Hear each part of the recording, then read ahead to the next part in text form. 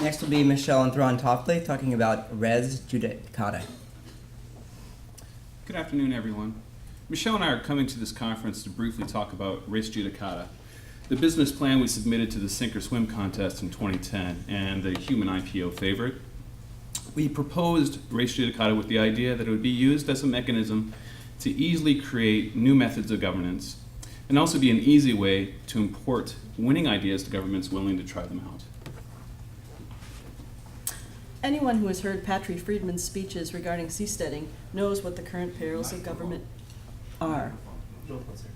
That it's too big, too expensive, too slow, and unresponsive to citizen needs.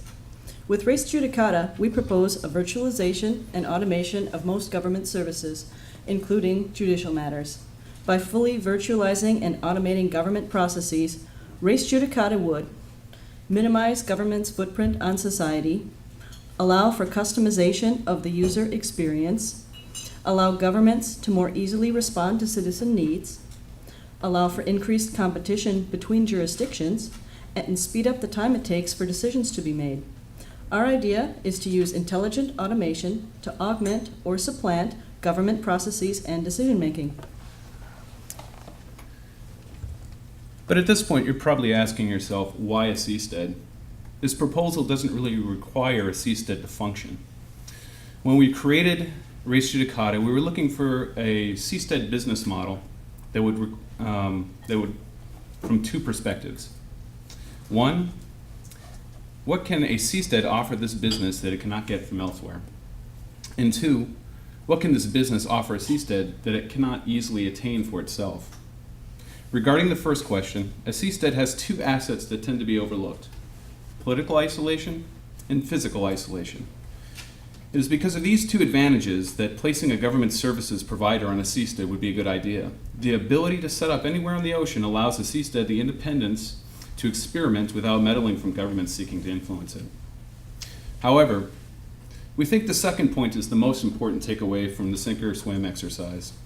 Specifically, once a seastead is successful, it becomes an asset. That puts the seastead in an awkward position. Once successful, how should a seastead defend itself from those who wish to take that asset for themselves?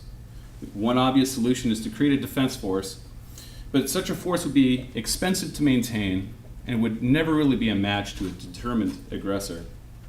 Our solution is to create an asset on the seastead that cannot easily be absorbed by any government. Using res judicata as a mechanism, the seastead would seek to create relationships with as many established governments as possible.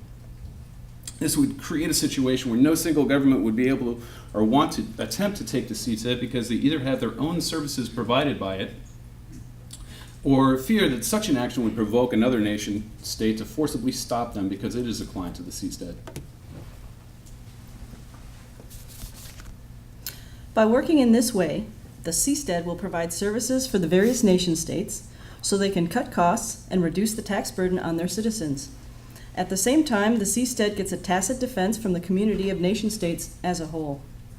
Everything suggested here, the top-to-bottom virtualization, the automation of government processes, the creation of decision engines for making determinations in judicial and administrative actions, all of this can be done with today's technology.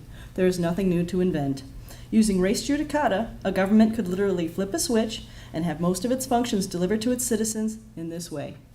Thank you.